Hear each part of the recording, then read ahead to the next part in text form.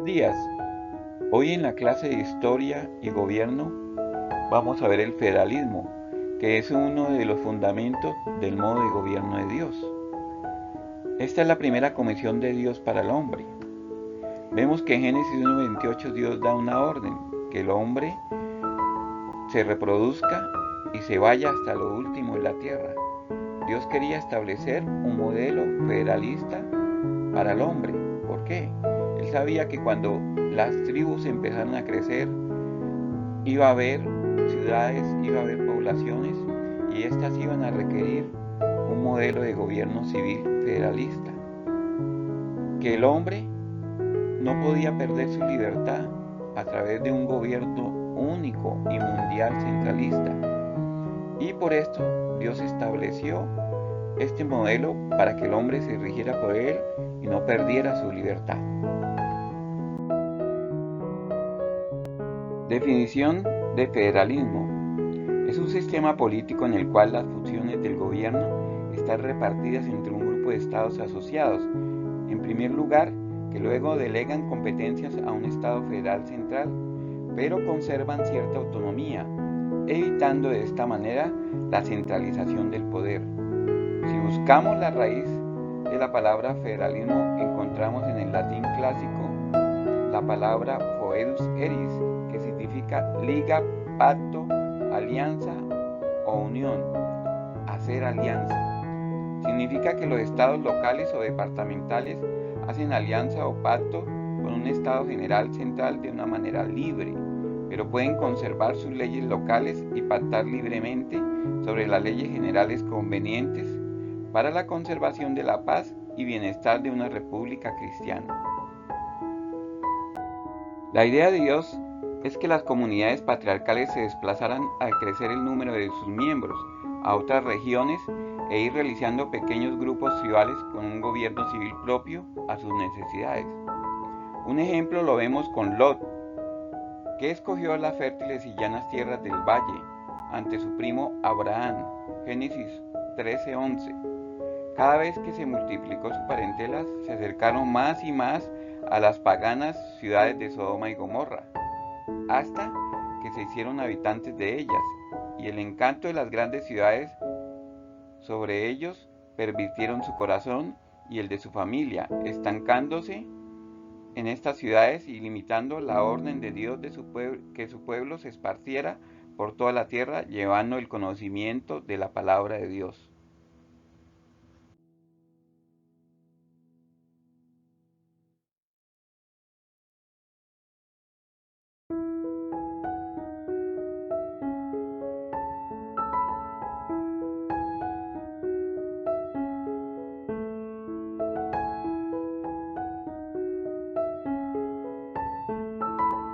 Dios no pediría al hombre algo imposible, como ir y llenar hasta lo último de la tierra, si en ese entonces la tierra no tuviera las condiciones para que este mandato de Dios se cumpliera. Rodinia, como se llamaba al supercontinente unificado original, que después del diluvio se le renombró como Pangea, pero donde aún los continentes permanecían unidos.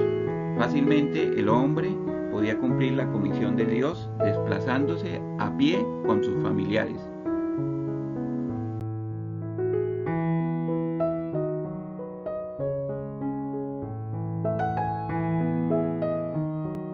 El origen de las naciones. En Génesis encontramos la primera referencia de naciones que surgen de grupos familiares. También encontramos el surgimiento de la monarquía pagana, reinos, como la forma de gobierno civil en estas naciones. La centralización del poder es una tendencia pagana, y también se ve el surgimiento de las primeras ciudades como en Nínive, Génesis 10:11. Y luego Babel, Génesis 11:1, Egipto con sus faraones, se menciona en Génesis 12:10 y 15. Y 9 reyes se mencionan en Génesis 14:1 al 2.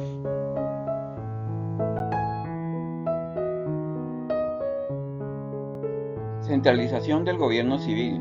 En Babel, en ninguna parte de las escrituras se dice que el gobierno civil tiene responsabilidad de ser proveedor o salvador para los hombres.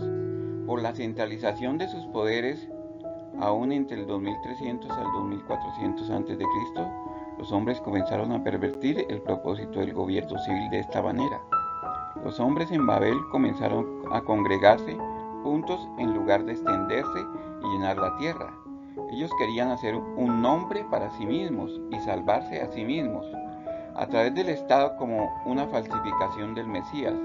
Esta fue la primera expresión pública del humanismo, donde la soberanía se colocó en un hombre o colección de hombres, en lugar de Dios.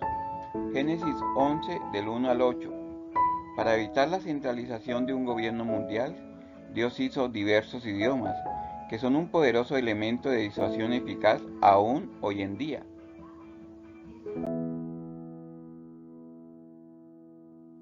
Nimrod entonces se convierte en el primer déspota de la tierra, con todo el poder del mundo centrado en sus manos. Aquí nace la idea del despotismo oriental, que alimenta los sueños de los reyes posteriores como Darío el Grande o Alejandro Magno, de conquistar el mundo para ellos. También fue el primer intento de Satanás de un nuevo orden mundial, donde el hombre y el humanismo reemplazarían a Dios. Israel, la primera república representativa en la tierra. Dios llamó a Abraham para establecer una única nación entre las otras naciones paganas alrededor del 2000 a.C. Génesis 12:2 y 17 del 6 al 10. Abraham se convierte en el príncipe, Génesis 23:6, o gobernante de Israel y negocia la batalla con Faraón, Génesis 12:18. Reyes de Sodoma y Salem, Génesis 14 del 17 al 18, y rey de Gerar, Génesis 20:2 y 21:27. Cuando Dios le dio a Moisés la ley alrededor del 1300 a 1500 a.C., para ser interpretada por los jueces y los profetas en Israel, la primera república representativa en la tierra fue establecida. Desde el principio el propósito de Dios no se limitó a Israel, pero deseaba que estas leyes y sus bendiciones pudieran ser exportadas a todas las naciones de la tierra, que habían pervertido el plan civil de Dios de gobierno por una monarquía centralizada y pagana.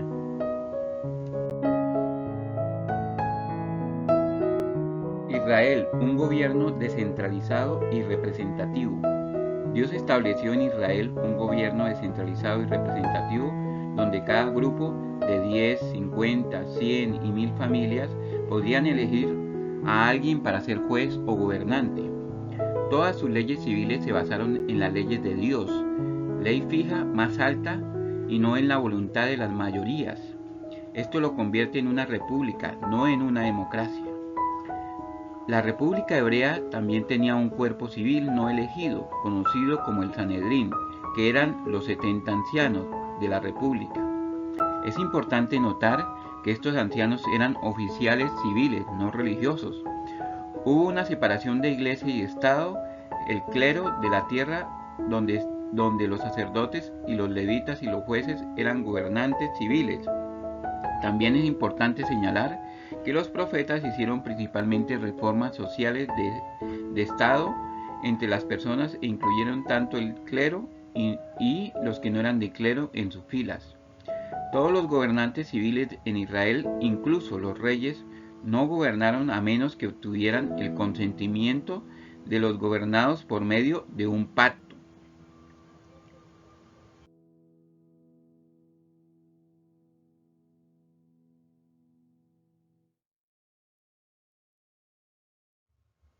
Estados Unidos, la máxima expresión del modo de gobierno cristiano. Pasaron siglos y el modo de gobierno federalista tristemente nunca se logró en Israel. Ellos no entendieron el propósito de la nación y se integraron al paganismo al decirle a Dios que querían un rey como las demás naciones. Muchos siglos después se levanta un grupo de cristianos, los puritanos, que decidieron crear una nación que tuviera el gobierno establecido por la palabra de Dios y emigraron de Europa, donde ya existían naciones cristianas, pero con un modelo de gobierno pagano como la monarquía. Entonces ya en América se unieron los diferentes estados o regiones bajo una constitución con principios bíblicos y con un sistema de gobierno federalista. Cada estado geográfico se rigió por sus propias leyes, pero unidos en un acuerdo de unidad republicana a pesar de su diversidad, conformando una república cristiana, la cual no tiene nombre en sí misma, sino que representa a 50 estados unidos por un pacto federalista.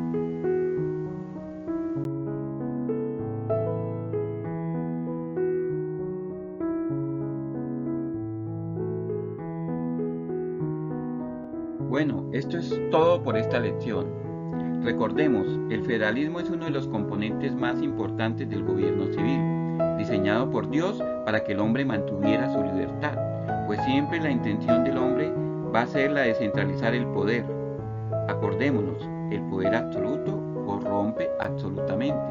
En Génesis 1:28, Dios claramente manifestó sus intenciones de poblar la tierra con muchos gobiernos locales, que tuvieran su individualidad y autonomía, pero que podían participar voluntariamente de un pacto de unión en libertad, para trabajar en dirección a la conformación de una república cristiana.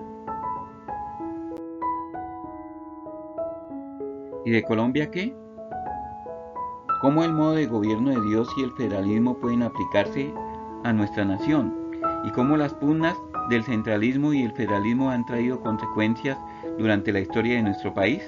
Ese será el tema de otra clase. No se olviden de descargar el PDF, abajo les dejo el vínculo. Y por favor, no se olviden de darle un me gusta al video y de seguirnos a través de nuestras redes sociales. Gracias, bendiciones.